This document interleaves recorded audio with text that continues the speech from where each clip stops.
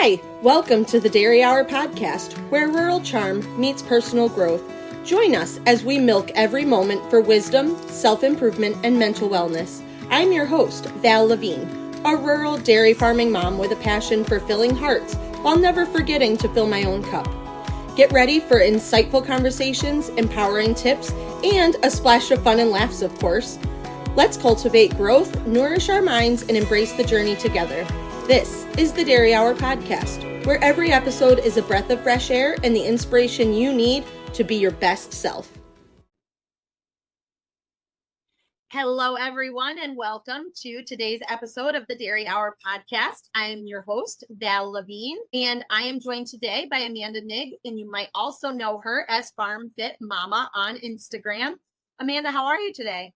I'm excited to be here. We finally made it work. We finally got it to work after some scheduling and technological difficulties. We got the job done, and we are here, and we are going to bring you a super awesome episode today. So I'm really excited about this. Amanda, why don't you go ahead and tell us a little bit about yourself?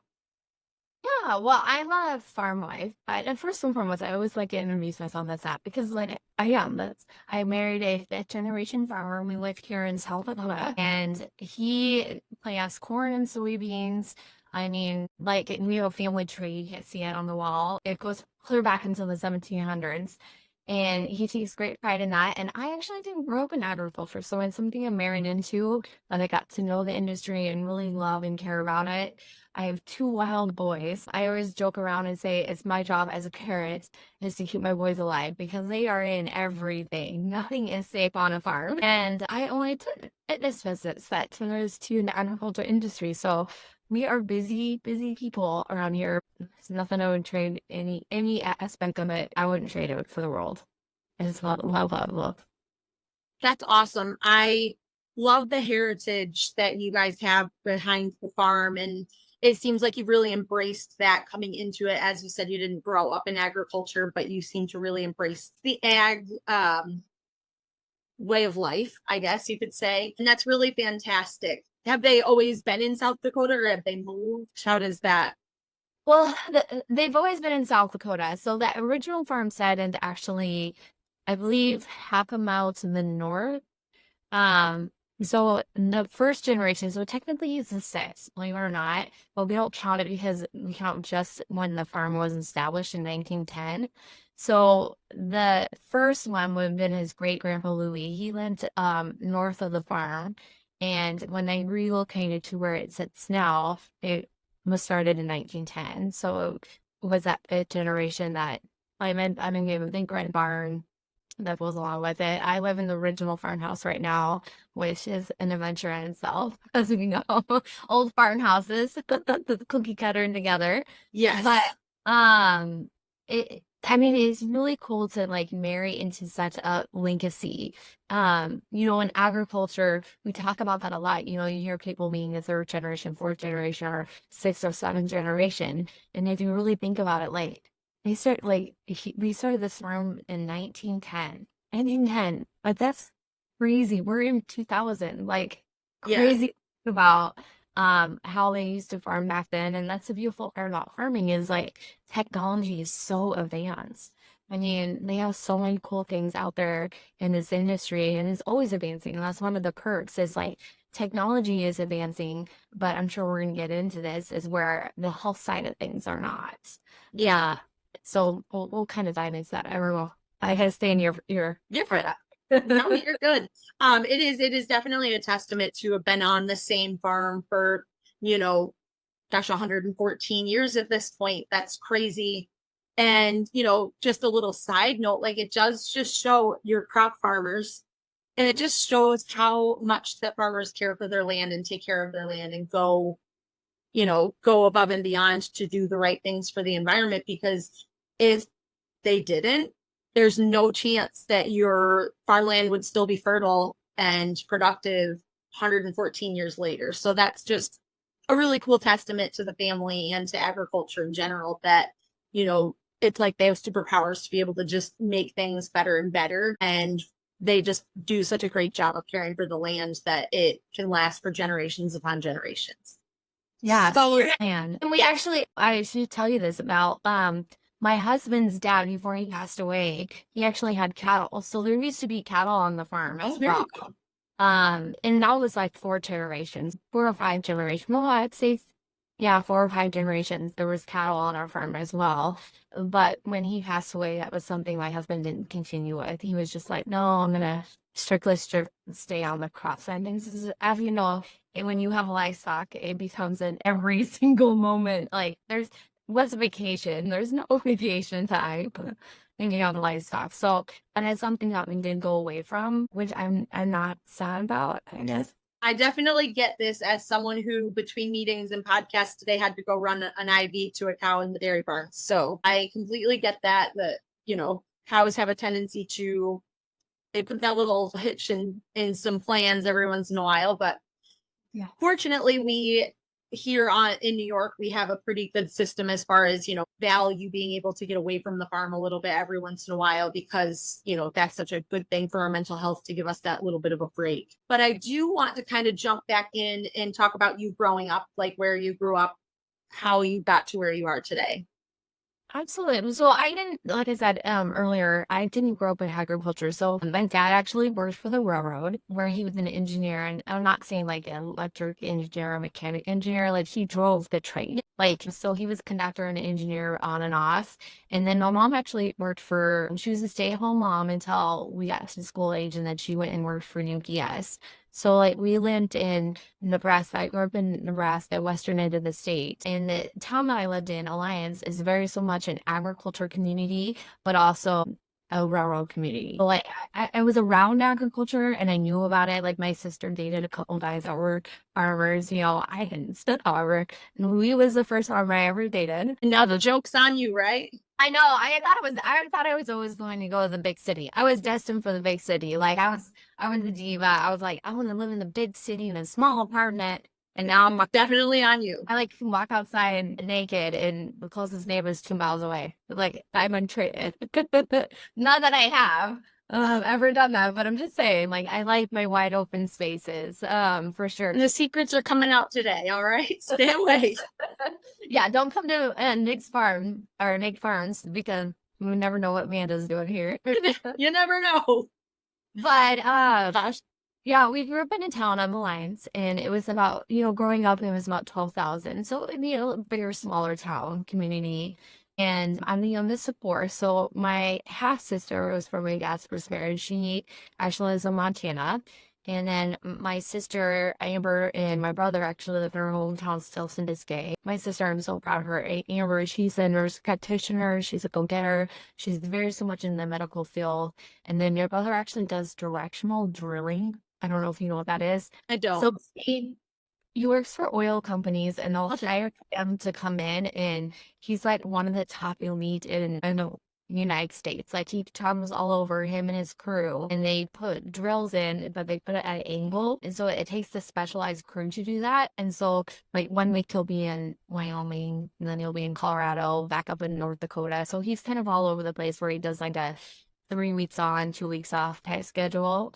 And then there's me. I'm just like the little go-getter. So I went to college at the University of Wyoming just to go kind of walk you guys through how I ended up in South Dakota. And I graduated college as a radiation therapist.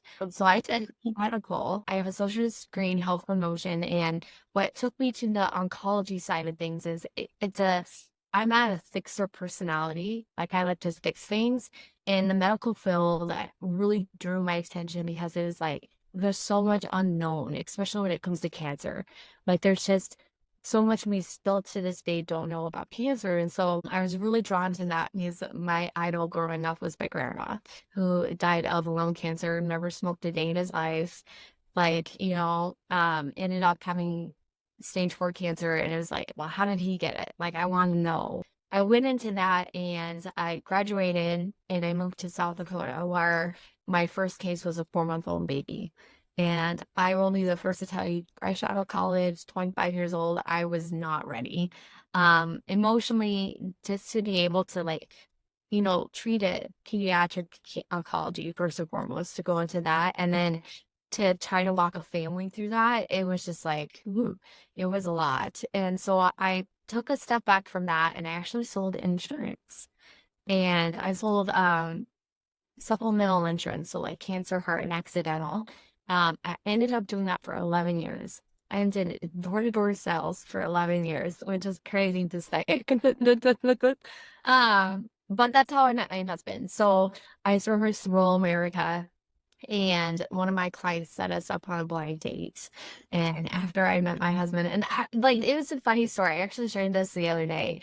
So I took over the territory that my husband was in, and he was already a client. And one of my clients was like, "Hey, I'm this young single farmer," and I'm like, well, first off, if he's done looking, why is he single? What's the catch? And like, what's wrong with him? You know, and much of that we obviously was, but I ended up introducing myself to him, and he's like, I was looking for a trailer at the time. I was like, I couldn't find one, so move my stuff from Sioux Falls up to the area because I had a lot of cancer claims and I wanted it closer to my clients. And he was like, well, if I help you find a trailer, and you have to go on a date with me. And at the time, I was like, okay, if you find me a trailer, I'll go on a date with you. And he's like, well, good news, I have a trailer, so we're not going on a date. I was like, crap, that like just backfired in my face. So I ended up going on a date, and it was funny too. It's like, you know, he's a farm boy, and I showed up on the farm wearing these red stiletto heels, and like, you know, again, city girl. I wanted to be the city girl, and we went on our first date, and he's like, after our first date, he's like, I knew you were the one. Like, I wasn't there yet, but after our second date, I was like, this guy's going nowhere. So here I am living in rural America, and like I said, I wouldn't trade it for the world. And you don't need your trailer to move anymore. No, he's stuck with me. Like, he'll never. I told him all this time, and I was like, you'll never get rid of me. Like, we're 8 years old, I'm still gonna be right behind you. Like, you're just not getting rid. Driving you crazy. Yep, 100%. Yep. That's what I tell my husband. Like, as we get older, I'm still just gonna drive you crazy because you wouldn't know what to do if I wasn't there driving you crazy. So I keep doing my job. So. Yes, I love it. And that reminds me of how my husband and I went on our first date. We knew each other already. And I had to move his truck from he kind of worked part-time for my parents because he married into the farm here. But I had to move his from one farm to like our older farm that we just kind of had a couple things still at. And my mom dropped me off to get it. And I was like, oh my gosh, it's so messy in here. So I texted him and I was like, you really need to clean your truck. It is disgusting. And he's like, you clean it. And I was like, I'm not just cleaning your truck for you. He's like, I'll pay you. I was like, you're not paying me to clean your truck. Then an hour of texting later, he's like, fine, I'll take you out to dinner. And I said, okay, we can do that. So I cleaned his truck. He took me out to dinner. And 6 months later, we were engaged. I love it. That's how that works. But I like how we both had some bargaining and how we got into our relationships. Yeah, I mean, it's so different. Like, some people meet their significant other on dating apps and stuff like that. But yeah, it was no less interesting. Those farmers, they know how to negotiate. They do. But the world works in mysterious ways, right? I mean, yes, they do. Yes, it does too. So what did your family think about you, like, all of a sudden jumping into the farming world? Well, my mom wasn't too shocked. She loved it. My mom instantly fell in love with my husband. You know, actually so after we met, it was October. And by November, I was headed back to Nebraska for Thanksgiving. And I took him with me because I'm in a big Mormon family. Like, you know, and so my family, like, when we get together for holidays, it's like 40 people. It's huge. And I was like, if this guy survives my family, like over Thanksgiving, then this is meant to be. So I threw him right in cold turkey. And you know, they went out and shoot clay pigeons, you know, for over Thanksgiving and stuff like that. But he fit right in. He just, like, there was kids all over the place, and he just fit perfectly right in. And after that, I was just like, yeah, he can hack my big family, because my family is really big on my mom's side. And so, after that, I was like, okay, this guy, he's gonna stay. He made it through the big test. We're good. Yes. Yeah. And my dad, he liked him. My parents are separated now, and they're both remarried, which I would have to say my kids love my stepdad. Like, my stepdad is top to them. He comes around a lot more than my real dad. And same scenario, he met my stepdad, and they still, I mean, they text each other all the time. So, like, when my mom comes up, you know, when you marry into a family and like, oh, that's the in-laws, or something like that.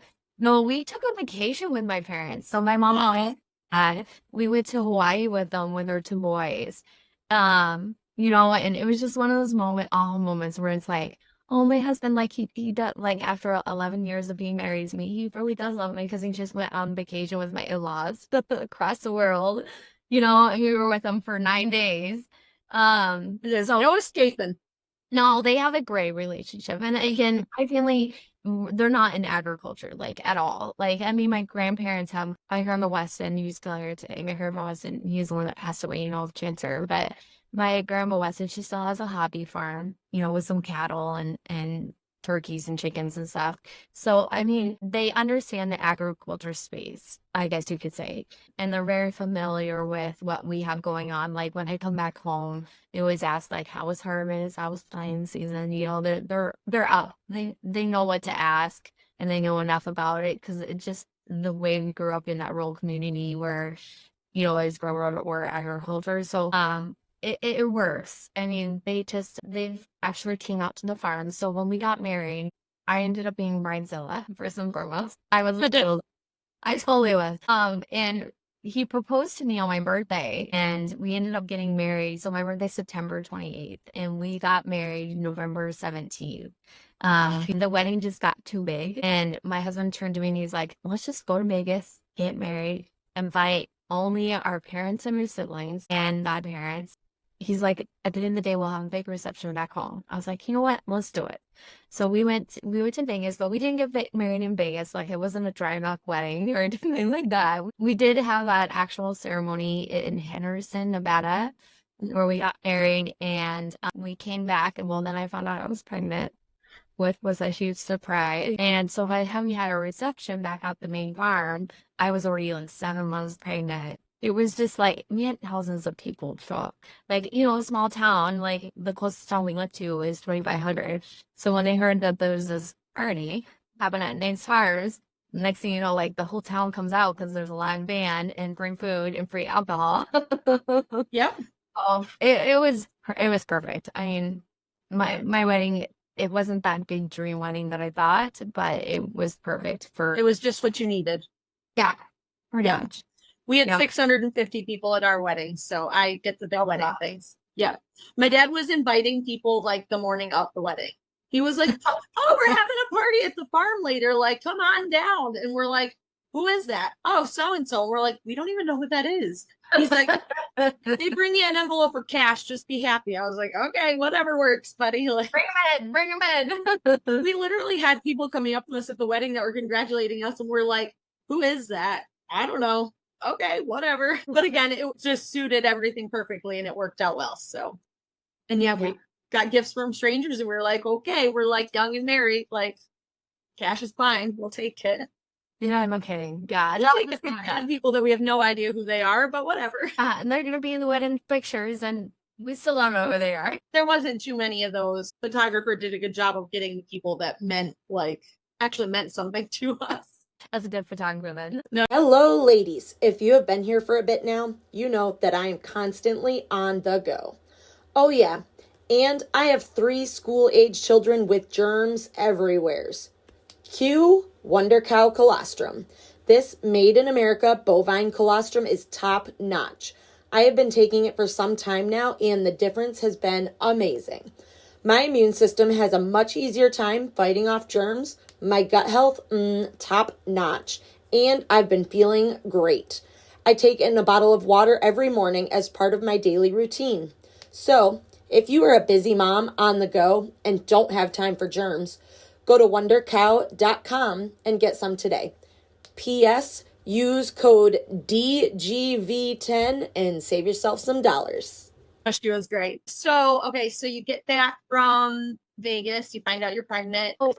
As soon as I had our firstborn, I still sold insurance at this time. And I was like, well, I'm going to kind of take a step back and I'll do the farm wife role. And what I meant by that was that I take over bookkeeping and stuff like that. And I'll be the first to tell you, I quickly realized, like, that's not my thing. Like, I am not, like, I have an accountant for a reason. Like, I don't want to do this. Like, I don't like it. And my husband realized that. And my biggest thing is I kind of lost myself. Like nothing about, I'm not trying to downplay being a stay-at-home mom. That some ladies flourish in it. I totally lost myself. And my husband realized that and he's like, okay, you need to have your own little hustle, is what he called it. And so I went back to insurance full time. And, when I was moving and grooving, I was top 5 in the nation for door-to-door sales insurance. And I loved it. I that fixed their personality. I still was able to help people when they were going through big catastrophic claims, because the biggest thing, when you're going through cancer or an accident, you worry about the expenses. That can add up super quick. And so with a supplemental company, we pay money directly to the individuals to help them go through that so they could go get the quality of care they wanted instead of what they could afford. And so I really enjoyed that. And I went back full time to that for a while.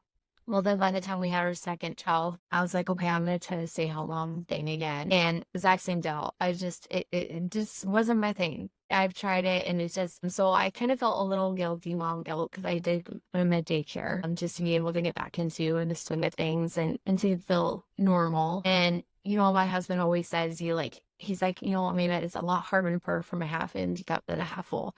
And he's like, and I get that you need to have your own thing outside the farm. He's like, and Grammy, you could help me on the farm, but I have hired help. I have people set up in place. And so at that time, I was starting going back to work again and selling insurance. And that's when our house went down and COVID, that whole other tornado that happens. That's So mortifying. yeah, so a lot of people don't know this, and especially if they don't call me, and I'll kind of give you the mean version, as I say. Into 2019, I was working full time with insurance, and I was still on the farm, off the farm. Like if my husband needed me in the tractor or needed me to do anything, I always tell people like I'm the ultimate wheel turner. Like I can drive anything, I can operate anything on the farm, but if it breaks down, do not call me. Like I have. And so, we were gearing up, COVID was about ready to hit, the world was going to go into lockdown. I would get fire on March 9th or March 20th in 2020.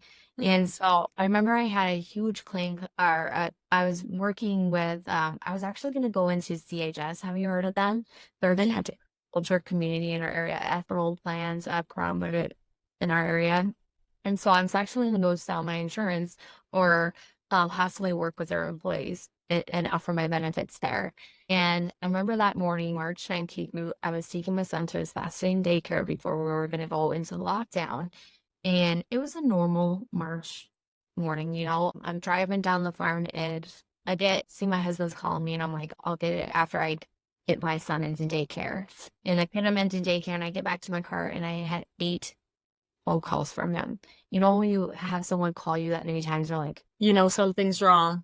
yeah. And so I got on the phone and I'll never forget my husband saying, the house is on fire. You need to get home. And if anybody knows my husband, they're from boy. He's a jokester at heart. Like he's quick, he's witty, he's jokester. And so at first I kind of popped it off and I was like, okay, this is not a funny joke. And he's like, no, the house is on fire. John and I climbed out of the master bedroom window.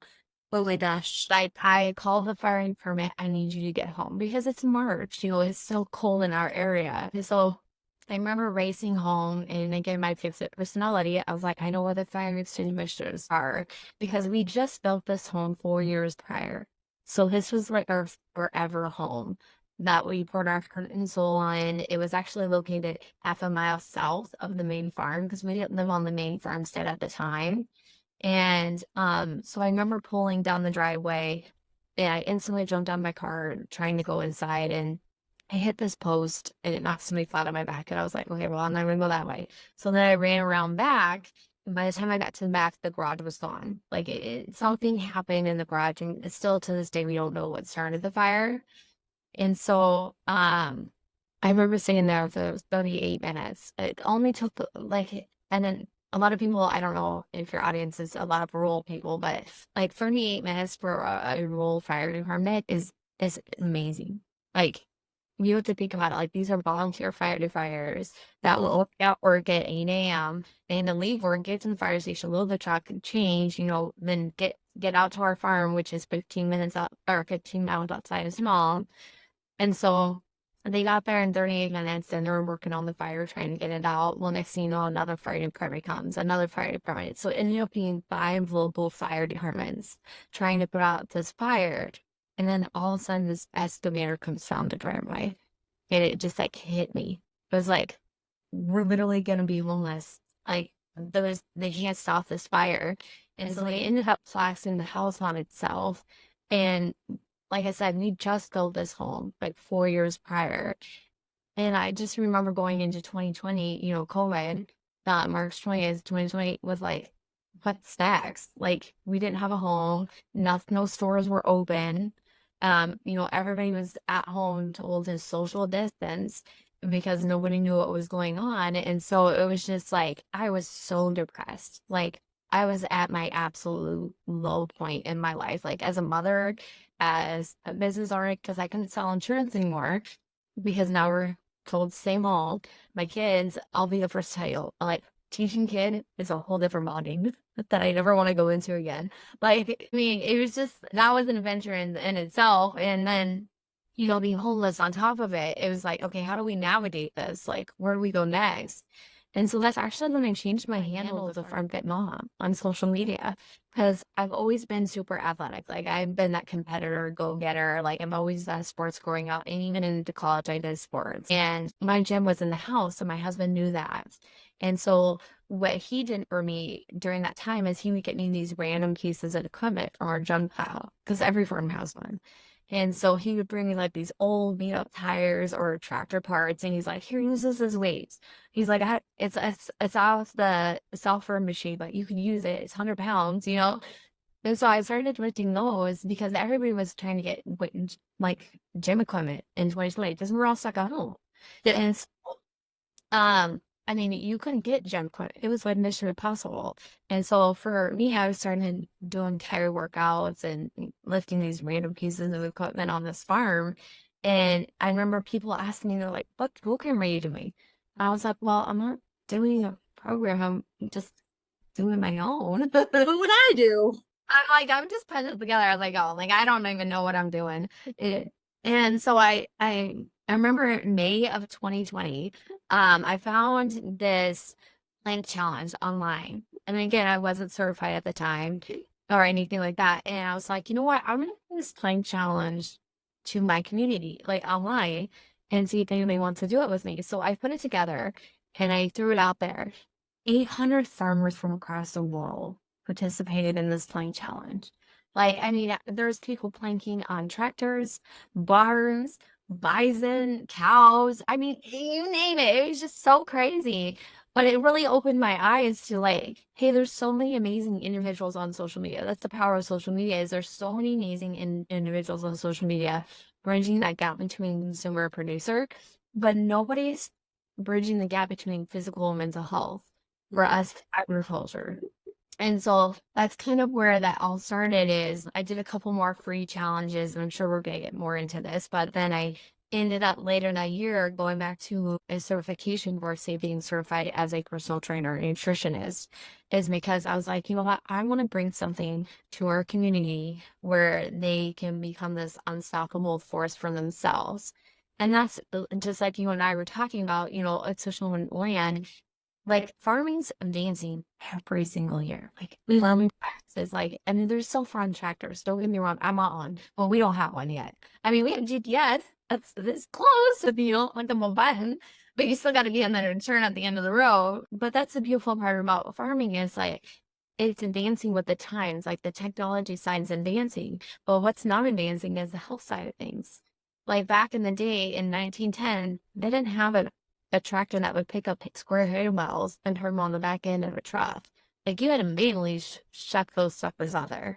And so that was one of my really driving forces, is like, hey, I want to be able to bridge that and really get people to understand by physically taking care of themselves, they're going to impact themselves mentally. And it's going to be a natural process because of the interconnection between the two. And so that's really where my business came around. So I didn't say this in the beginning, but I'm the founder and owner of a business called FarmFit Training. And I opened my doors February 5th of 2021 and haven't looked back. And I love it. Actually, sponsoring it today. But Should repping the brand. I am. And so it was one of those things where I never thought I would go into running a fitness business, especially in such a tailored niche, agriculture. I truly thank God every day because like my husband and I talk about this. Like if our house didn't burn down, I wouldn't have launched my business. Like I was comfortable where I was at. I rocking in insurance. My husband was great in the agriculture space. It almost like God needed to give me that redirection to pivot me into a different way. Just a very abrupt one. Yes. And I wouldn't recommend, I wouldn't even, I wouldn't wish it on anyone. 0 out of 10 don't recommend that. No. No, not at all. It's terrible. So not only did the fitness give you an outlet, but how did working out and like finding those new outlets for exercise, how did that help you cope with the major changes that were going on in your life? Well, the biggest thing is like when I was struggling, so in 2020, like I didn't touch on this, like mentally I was at my lowest point.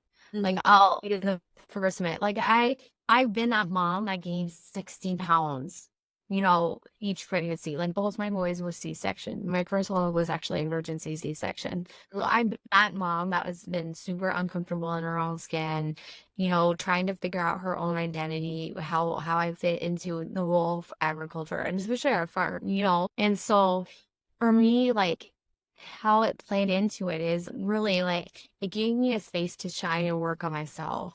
There's a lot of times, especially in agriculture, where we invest so much time in our soil, in our farming practices, in our technology. But what we forget about is investing in ourselves. Because if we're not here to carry on that legacy, then who is? And so when I dove into my own physical transformation, especially online, like again, I changed my handle to FarmFit Momma and I started posting these workouts.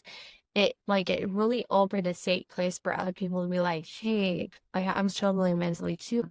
I don't want to go the conventional way. Like the only thing that was out there at that time was calling a 1-800 number, which I'm not saying is a bad approach.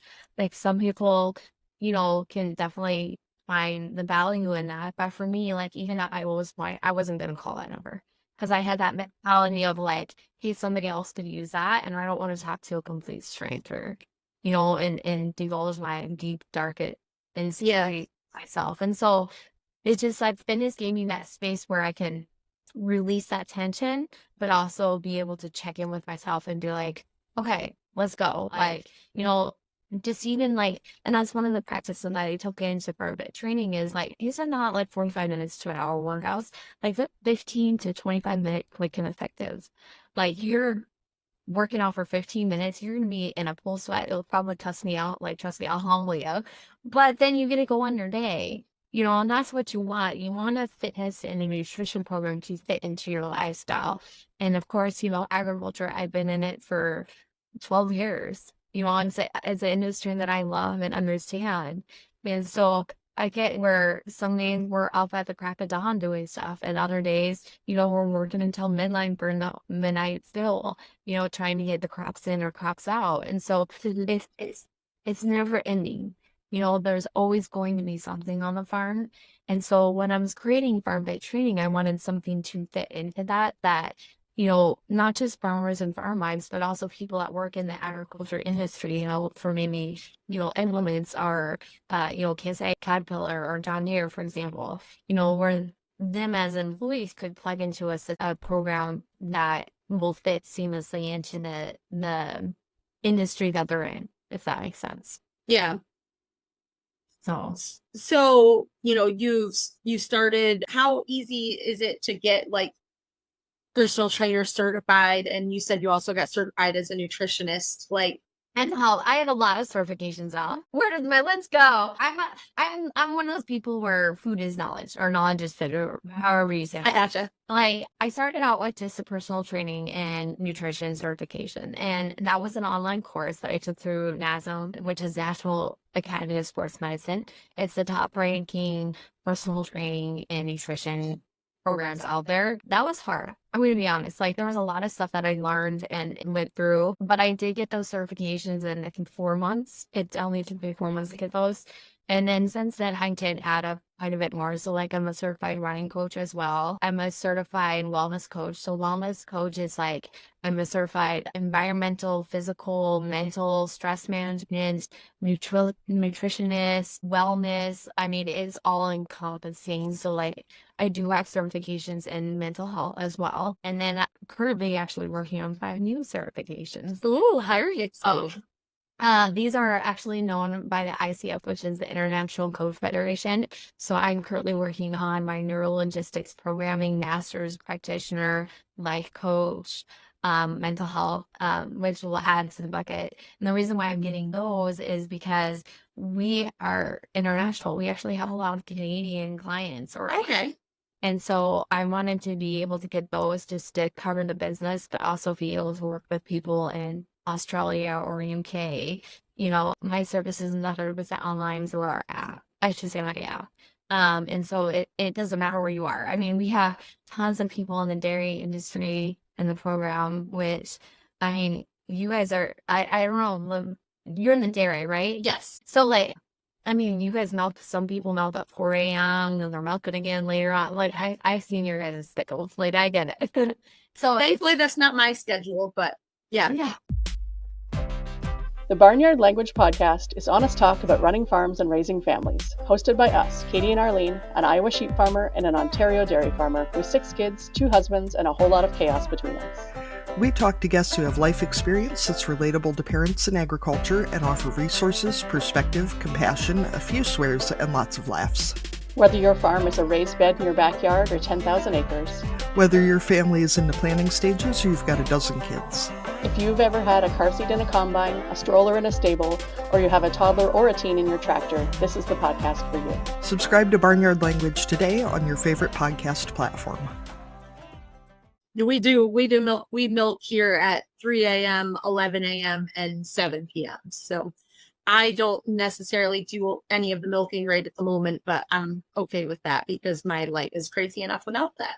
yeah. So, like, and that's the thing when, like, nutrition, like, a lot of people end up being on that hamster wheel of diet culture when it comes to nutrition because they don't understand it, you know? And so I'm like, okay, my husband grew up on meat and potatoes, for example. And if I approached him with a diet that was like chicken and rice with an extra cheese, like, I'm not saying that's bad. Like, he would be like, what are you doing, woman? Like, No shot. Get out of here. cooking our cold beef, you know, we got local. Like, no. It's nutrition is a beast in itself. Like, a lot of people don't understand how to fuel their body. And so when we're approaching nutrition, we educate on something called macronutrients, which is a very large word.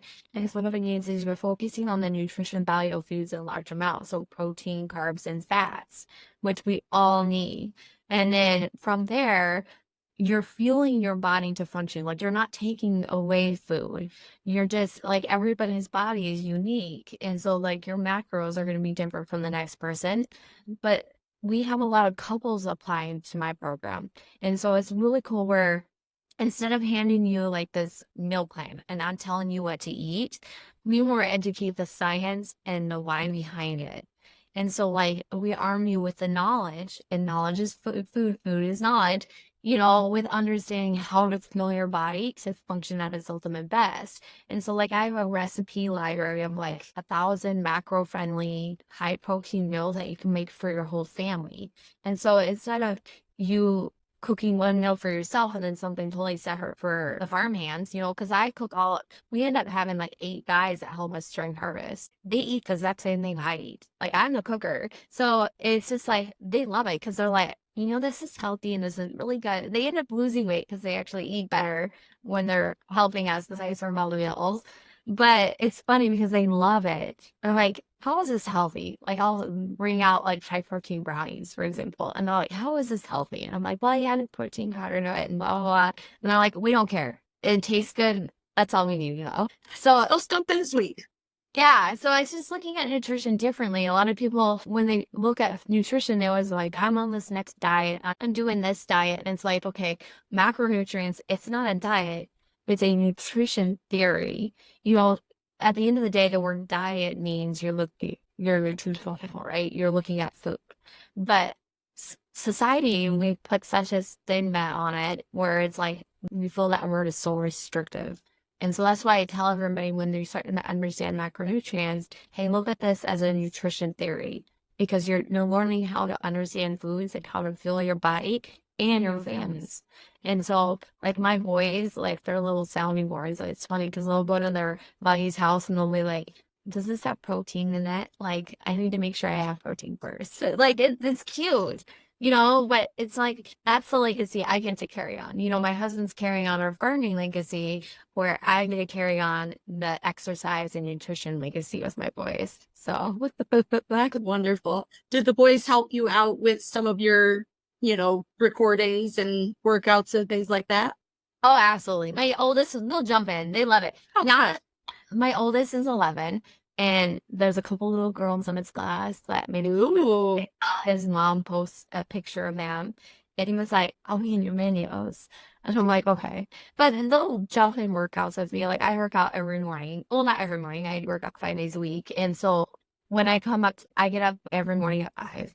And I'll go work out and get my workout done before the house wakes up, because it gets busy. And so some days they'll come up and join me. My boys love to cook with me. They love me in the kitchen. Like, they're kind of stuck on this. It's called a banana pudding recipe that I make, but it has protein in it. So it's super high protein and super healthy, and they love it. So, like, they always like, Mom, can you make that healthy banana pudding that you always make? So again, they're so into it. I just love it because they're just no sounding boards. We always talk about being strong because, like, I love my mom and dad. Like, I didn't grow up in a household where my mom hated attention. She was a little overweight, but I grew up in a household where I watched my mom do the yo-yo, on diet. And I watched her do every diet pill in the market. I mean, she's done everything. And that was one of the things I didn't want for my boys. Like, I didn't want to be the mom sitting on the sidelines. I wanted to be that mom running with them, playing football, out there on the field, comfortable to put on a swimsuit and go play in the water with them. Like, I didn't want that for my boys. And so, like, for me, like, my driving force of why I work out is because I want to be that hands-on parent, and I also want to live a long life. Like, I want to be that 80-year-old doing pull-ups, for example, instead of being in a wheelchair. And so it's cool because, like, my boys, like, they hear me talk. Kids mimic what they see, and so they instead of for example, the other day, somebody asked my oldest, they're like, oh, look at your little muscles. And he's like, yeah, I'm strong like my mom, and they probably didn't see that one coming. No, they didn't. The guy knew about my fitness. And it was. So it didn't surprise him. But it was just like, yeah, you are strong like your mom, buddy. Or my husband will text me, and my oldest will crack up because my husband will text me when he's in the shop and be like, hey, I need your muscles. Get over here. I'm like, okay, I'm coming. I'll look this up for me, dear. So, and that's the biggest thing too, is like, I work out because I want to be that active parent, but I also work out because I want to be an asset on our farm. Like, I love my husband to know, like, hey, I can help you out and do anything you need on the farm. Just let me know, and we'll tackle it together. And there's so many cool farm wives that I see on social media that also work out, where they're like lifting seed bags and stuff like that. So it gives you that flexibility and freedom too when it comes to our lifestyle. Definitely. Yeah, I go to a gym around here, and I am not the type that will work out if I'm home. I'm terrible at it. I just cannot convince myself to do it. So I found a community that I absolutely love, and it's 20 minutes away, but it's worth it because it's like that time for me. And I go, and they tell me what workout to do, and they make sure I'm doing it right, and they support me and they encourage me. And it's just a whole community, and it's made it so much easier to get that, like, lifestyle going, which, has been something that I've struggled with my entire life, just because, like I said, I'm not the type I would be like, no, I can't, I've got to do this. No, I can't, I've got to do this. Whereas, like, going to the gym that I go to, like, that's a priority. I have my community there, and they're counting on me to show up. And they, they'll text me, hey, where were you this morning? You didn't come. to camp and et cetera, et cetera. But I have definitely learned one of the things that I really love about being a farm gal and, you know, lifting things and doing things like that is I can lift things so much more efficiently now because I've learned the proper way to do it. And I never really like paid too much attention to it. But now that I do it right, I'm like, this is so much easier than when I used to struggle and I was not doing it right. And I didn't realize how much I was hurting my body by doing it the wrong way. So just some of the things that I do, it just surprises me. And I'll just notice, you know, if I don't do it for a couple months and then I do something on the farm, I'm like, that was so much easier just because I've been, you know, quote unquote practicing, but in a different context. So, and everyone laughs at me because none of the people that I go to the gym with are farmers. And one of the things that we do is the farmer's carry. And they're like, oh, what's your favorite straight day exercise? And I'm like, well, I have to pick the farmer's carry. Like, I can't not pick the farmer's carry because that's my thing. So Yeah. Yeah, and you hit it right on the head is you joined a community. You know, that's the biggest thing is like, you know, a lot of people when they start a fitness journey or into nutrition, they don't find that community. Yeah. You know, or those group of people that's gonna hold them accountable. And so I love that for you because like they're calling you out. Like if you don't show up, they're like, where are you? Like by here. And that was one of the things I really wanted to build in FarmFit Training too, is a community aspect. Like we have a group chat and they'll call each other out. Like a lot of them, even though we're scattered across the United States and Canada, like a lot of our FarmFit Training clients have met each other in person, which is super cool because again, it's that community aspect. So and anybody that are looking into, you know, fitness or nutrition, make sure like whatever you do, you know, make sure that there's a cool community behind it because at the end of the day, motivation is fleeting. You're going to get motivated one day, next day, there's going to be a million excuses of why you can't get that in. But if you have a strong community, showing up and being there for yourself, it just makes it 10 times better. I love it. And I have to brag on myself because I'm really excited that I did 55-pound chest presses. Oh, yeah. For the first time ever. So I love it. Let's go. 100 pounds in each arm farmer carry this morning. So I was a PRN machine today. So I'm very excited about that. It's just one of those things like, I don't know. I never thought that I'd be excited about something like that. And now I'm like, yes, let's do this. So yeah, for sure. I get excited about. And that's the whole thing is like you're building longevity for your life, you know? Yeah. I think, and so it's like, you know, a lot of people like when I PR, I don't PR often, I'll be honest, because I kind of hit my max on a lot of things. Yeah. When they do pop up, oh yeah, I hit the exact same thing. I'm like, hell yeah. Like, yes, let's do it. Yes. And I was just in the right headspace today and it was working for me and I was going for it. So we did it. We did the darn thing.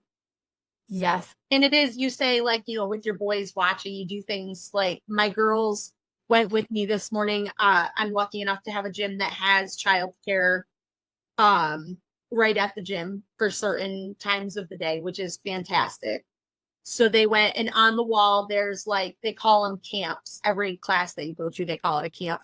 It's Burn Boot Camp. I don't know if you've ever heard of them. I haven't, no. So it's like a big deal. Like they make a big deal about when you hit different milestones. So like 50 camps within a year, 100 camps within a year, 250 camps within a year. And you get to sign your name on the numbers on the wall when you hit those specific milestones. Okay. And my girls today were with me at the gym and they ran over and they were looking for my name on the wall. And they were so excited because, you know, they found it in the 50 camps. And they found it in the 100 camps. Then we go get in the car and they're like, Mom, you are going to get to 250 camps this year, right? Like you are going to get to put your name up on the wall again, right?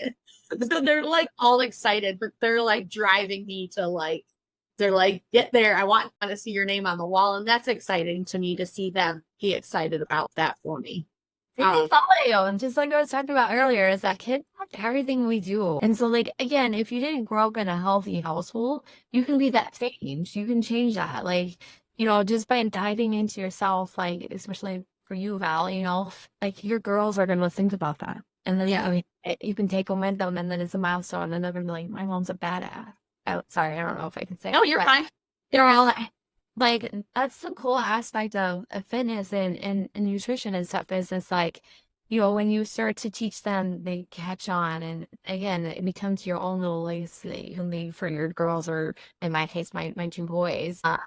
And it becomes really cool where it's like, yeah, I'm doing this for myself, but at the same time, I'm not doing it alone. I got my family behind me, supporting me. I got my kids watching me. I got an amazing community that I'm tapped into. And so that's the biggest thing, is when anybody ever starts, it's like, try to find something like that.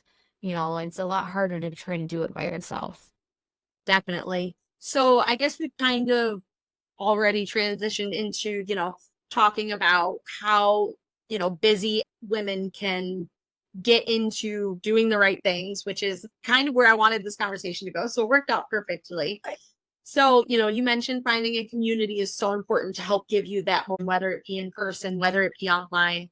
What other tips do you have? Like, for example, I work at home because it works for me. Like, my gym is 45 minutes one way. So, there's no way I can out and working out and coming back.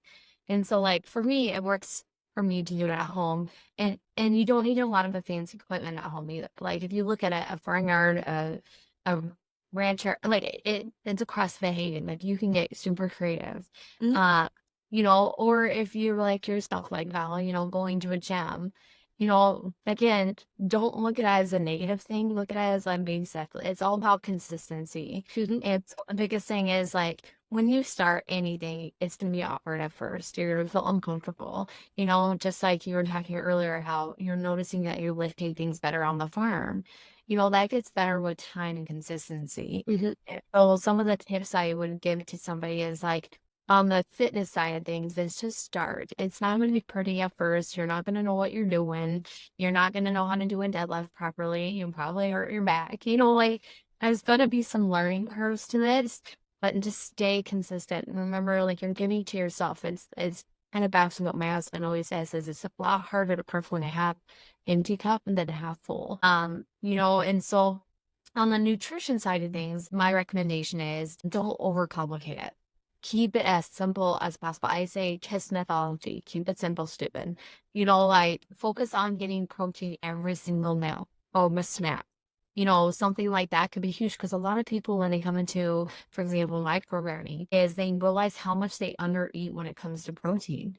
Yeah. And we think, I'm a rancher, like, I eat a ton of protein in a day. But we, of course, to tell you, my men are the ones that super undereat when it comes to protein. So you'll start to slowly track it, but also a simple tip would be to have protein with every single meal, every day. So if you're reaching for a snack, if you're grabbing a bag of chips, have protein with it, get and a beef stick with it, something simple like that. And then a gallon of water. A lot of people don't think about it, but if you even a slight 2% dehydration can affect your memory, your cognitive skills, your reaction time. It just is a snowball effect. And so, like, hydration is another thing. Instead of reaching for a can of soda or something like that, or energy drink is huge. Try to get a gallon of water in every day. And I do it every single day. I'm 5'1", I'm $130, whatever, somewhere around there. But I get a gallon of water in every day, so it just takes time. Like, those two simple things for nutrition will really change things around for you. And then when you're ready, look for a nutritionist that can actually break it down and help you understand it more. But again, just like anything, you gotta, don't expect to hit everything right off the gate. Realize, hey, it's going to be a process. There's going to be a learning curve. It's going to take time. Baby steps. And that's the thing, is like, you're investing in yourself now, and it's going to pay dividends in the future, if you look at it that way. 100%. And I just have to share, I don't know if you've seen, like, the TikTok hack thing about protein, where you look at, like, to determine if something is, like, actually high in protein, you look at the protein content, and then you look at the calories, and you take the 0 off the end of the calories.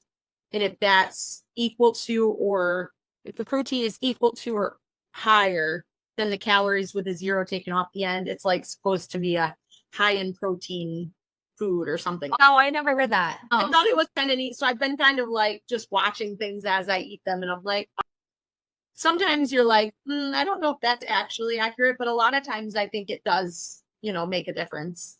Yeah, well, it's making you not pay attention to it. That's the biggest thing is like in today's society, a lot of events or anything we go to, what's it focused around? Food or alcohol? Yes, be honest. And so like by default, like we're all emotionally attached to food. We really are.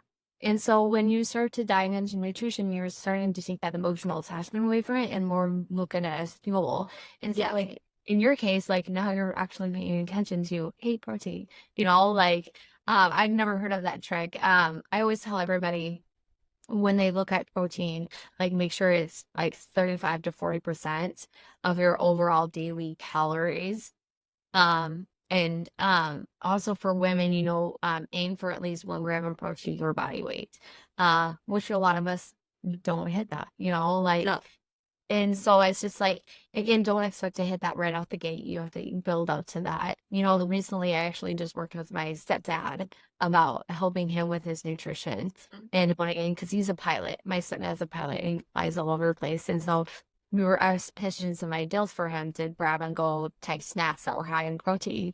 And he's like, gosh, I didn't even think about that. And I'm like, he just kind of think that a little bit for me, like tuna packs, for example, are great snacks. That a lot of people don't forget about, and tuna, obviously, any catfish has that omega-3, which is great for inflammatory. So it's just like, you start to pay attention. And then it's like, instead of having that emotional attachment, like I have to have that Snickers bar, it's like, I don't think that's going to fuel my body the way I want it. But don't get me wrong. I want to be the first to tell you, like, if there's a box that has tamales in front of you, I'm going to demolish it. Like, I have to go down. There's no shame. Like, hot tamales are my go-to snack. But that's the beautiful thing about it is, like, I choose to enjoy life. Like, I'm not taking foods off my plate, and that's the thing is never feel guilty about eating something and thinking, oh, I need to go work out extra while the next day. We want to view exercise as a punishment. We want to view it as a celebration for what our body can do. And the same with the nutrition, like, don't be like, I demolished that box of donuts or, whatever. Like, it's okay. We're human, You have to give yourself a little bit of grace and you have to like still live. You can't just, like you were saying earlier, you can't just eat chicken and rice all the time, every day, all day, every day. I mean, some people do, but I couldn't. I can't. No, thank you. So here I have bacon. I'm happy. Yeah, I love bacon too. I love bacon. Yes. We just fought in the other day, so I had to make BLTs. Case in point, delicious. Now I want a BLT. Thanks. You're welcome. We're gonna go hunting down a BLT. You can tag me, take a picture and tag me. I have to work in the food truck today, so I probably will not be having a BLT, but at some point it'll be in my head until I get one at some point. I love your advice. It's fantastic. At this point in the episode, I love to just do some rapid fire questions just to get to know you a little bit better and have fun. So if you could meet any historical figure, who would it be? Ooh. I'm here with all the tough questions today, I know. Any historical figure? Honestly, I don't even know. I don't know. We circle back to that one. Let me think about that one. Nothing like non-rapid fire, right? I know. I'm sorry. Like, I've never gone and asked that. That's actually a great question. I mean, my mind goes all over the place. Like, it goes from... Who comes to your mind first? Alexander the Great, but yeah, you hold side to him too. But it goes all over. And then Martin Luther King popped in there. He was a very iconic guy. And so, it just goes all over. There's a ton of people I would love to meet. So you're in South Dakota. I have to tell you mine. Hey, what? Laura Ingalls. My boys got into that series. So I shouldn't have admitted this because they'll be embarrassed. But my boys got into... The good news is the girls from school won't be listening to this podcast probably, so you're good. Okay. Well, they totally got into that series. It was free for a while on Amazon Prime. And we watched it all the way up until, I think, about the time Mary got blind. And that's where you had to pay to play. And so, but they super got into that series. So that's a good one. How old is your youngest boy? 8. He should read the books. My 11-year-old might like books too. My boys aren't readers. Oh. Like, they'll read tractor manuals and do all that, but like for entertainment value, yeah, they're boys. Yes, my little guy can definitely, that'll be where he goes to, and he's 6, so I completely see that. But I've always been obsessed with Laura Ingalls. I'll take it. Yeah, I was gonna say, you can go visit me. Laura Eagles is like right down the road. Like, Okay, I'm coming. this One man, of my dream places to visit. So come on out. They actually do in the summer, and just so you know, is they do like a reenactment, like stuff like that during the summer. And I personally have not been to one, but I've heard they're really cool. Like, it's the Smet, right? yeah, it's South Dakota, so it's just on the interstate from us. All right, I'll come out, and then you have to go with me. I'll be your tour guide. Let's Perfect. We've never been there, Val. Your tour. I mean, I've been to this Mint. No, I've actually been. Oh. I haven't seen the reenactment place because we went during the winter. But I've been to the actual Laura Ingalls like museum and stuff. Yeah, I've been there. Yeah. So, fun fact: Almanzo was born. It's like an hour and a half, 2 hours north of me Oh, that's in Malone, New York. Yep. so. Also on my bucket list of things I got to do because for some reason I've lived in New York my whole life and I've not gone yet. So 2 hours away. Go. I know I need to just get the job done. So, all right, back on task here. Let's see your favorite country to visit. I actually am not a traveler, believe it or not. What? I know this is gonna be super goody. So, like, when I was younger, I always wanted to travel the world and see a ton of places. And then when I met my husband, I was kind of still the same. After COVID, I kind of became an introvert extrovert, if that makes sense. I had no desire to go anywhere. I really don't. Like, I am so comfortable. I love being at home. Like, I mean, I live in God's country. Like, I just love it. But now this year, my mentor is actually in Florida. So I actually have been traveling quite a bit this year. And when I get off the farm, I'm fine. I'm an extrovert. I'm totally fine. But just to get me off the farm, I just don't like to leave. Like, I'm a homebody. Like, that's the crazy part. Like, my husband and I went to Sacramento next vacation to take the boys. Because, you know, we always want to do a special trip with them. And we talked about Yellowstone and Alaska. You know, he wants to stay in the United States. I mean, country-wise, like, I mean, I don't know. I don't want to go anywhere. That's my answer. Like, honestly, I'm content. Like, I mean, it would be cool to eventually see, like, more experience or something, you know, like the Eiffel Tower. Yeah. In the day, like, again, everything's so, like, touristy, trap. Yeah, I'm more, like, off the beaten path type gal. Yeah. That's not a bad thing. Yeah, it's just, I'm content in my little bubble. We would a girl, you know, kind of like a longtime friend of mine, she actually did a backpacking tour through France. Well, I would be into that. So something like that. Yeah. It looked really cool. I don't know if I could handle that, but it looked really cool. I tend to be a little bit of a diva. I do not camp. I do not sleep in a tent. Like, I don't think I could handle that. And I'm certainly not just going to lay down on the ground in a tent in the middle of nowhere to sleep, especially in my how that I know how to play. Yeah, like, if I go on vacation, like, I want to be off main path, like, my open spaces. Like, I have a vacation coming up that we're going to Dominican Republic for it. And it's at a resort, and everyone's all excited about it. And I'm like, I guess I'll go twist my arm. Like, I guess, like, but I'm not a warm-blooded person. Believe it or not, like, I flourish in the winter time. Like, cold weather sports, winter stuff, I'm like there. The moment I get hot and stinky, I'm like, no, like, I'm not talking working out. That's opposite. Like, if you walk outside and I start to sweat, that is not, I'm good. I'm out. You can't take enough clothes off. Funny. See, and I'm not, I would rather be hot than cold. I hate being cold.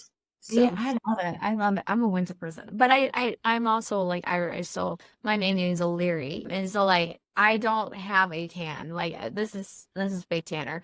Like, I go from stark white to red. That's the two colors I bounce between. That's amazing. And I'm half French Canadian and I'm extremely tan. So this is fake tanner. No, I did burn a little bit this year, but that's because I was not smart enough to put sunscreen on it. I should have. So, but that's my own problem. It did make quite a nice tan after it was done peeling. Yeah, Oh gosh. And I guess my last question, your go-to ice cream flavor. Oh, I am a vanilla. Actually, I'm a vanilla, straight up vanilla. I don't like artificial flavoring. Now, I will say I add a ton of stuff. So, like, we actually have a McCreamy or Ninja Creamy. Okay. Me and the boys do make homemade ice cream here at the farm. Just because we got to read in the nutrition labels and realize all the stuff they actually add into ice cream. Like, have you ever bought those ice cream sandwiches? I should tell you this. So those ice cream sandwiches that, that are like a cookie on top, cookie on bottom, and ice cream in the middle. We set one on the counter to see if it would melt. It did not melt. Did not melt. That's just them trying to help out moms with little kids that make a really good. It looks exact same. I'm like, no, I want dairy. I want ice cream. So then me and the boys started making our own ice cream. That's when I got the Ninja Creamy. And so I like caramel and chocolate, like all that stuff into mine, chocolate chips, and stuff like that. But yeah, I'm just a straight up vanilla. Vanilla is the most popular flavor in the United States. So I guess you're average on that one. Yeah, and like we use whole milk too. That's another thing. Like when we make when I drink whole milk, like that's what we use. And so when we make our ice cream, we use whole milk, and then of course the boys will add up chop up Oreos or whatever to theirs. But yeah, vanilla. I'm good with vanilla. Straight up ice cream vanilla. Perfect. I love it. And so I also love to ask the question left from a previous guest, just more of like a deep thought. Hopefully this isn't as hard as the who do you want to meet from history kind of thing. Okay. Let's see. What is actually, if you could have one superpower to make farming easier, what would it be and how would you use it? One superpower to make farming easier. Controlling the weather. I would love to control the weather. Like, we all these days. I know, because we actually had a really crappy planting season. I think we only got 25% of our crop, and it doesn't mean just kept getting rain. If my superpower for agriculture, I would love to control the weather, because if you look at it, we're the world's biggest gamblers when it comes to everything. And so if I had that superpower, man, I would be set. Like, everybody would hire me. Now for consulting. Who controls to get your crops in, let her know. She'll control this small amount of. I got you covered, Love it. Well, honestly, that would be a cool superpower. Obviously that's not attainable. Like a superpower that would be attainable. I don't know. You can go unattainable. You don't have to think too far. I think that I did. Let's go with unattainable. There we go. Oh, that's wonderful. And I love for my guests to leave my audience with a little bit of inspiration. What kind of quote or saying really drives you to be the best person that you can be? So I actually do have this one. I was prepared for this. So this is supposed to be prepared for the other ones. They were rapid fire questions.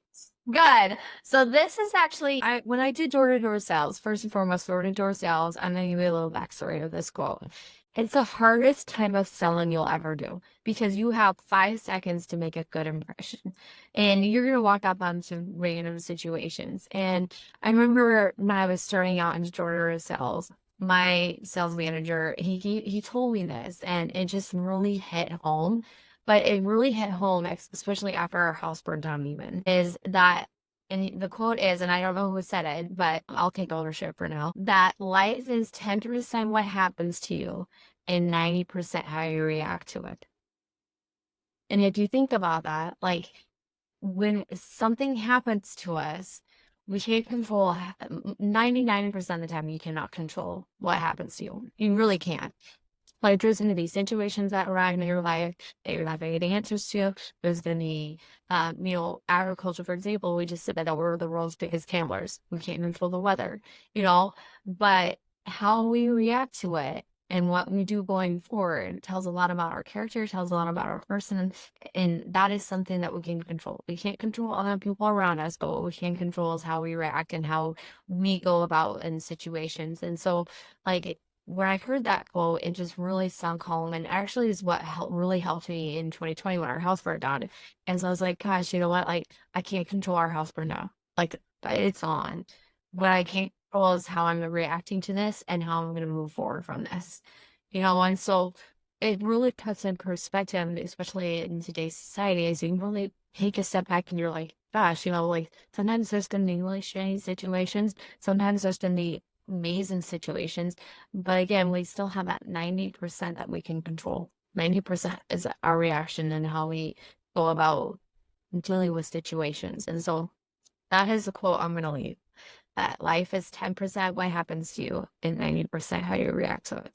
And I think it's very fitting. So awesome. Awesome. Well, thank you. So Amanda, where can people follow along? Where can they find out more information about your FarmFit training? I do have a website. It's www.farmfitmomma. So it's MO. They can check us out. We actually had this really cool survey up on the website too, and a macro calculator. If you're ever interested in macros, it's great. So they can check me out on the website. I am on every social media platform under the handle FarmFit Momma. I will tell you right now, I'm not huge on TikTok. I'm on there. I'm not huge on there. I'm there, but I'm not necessarily there.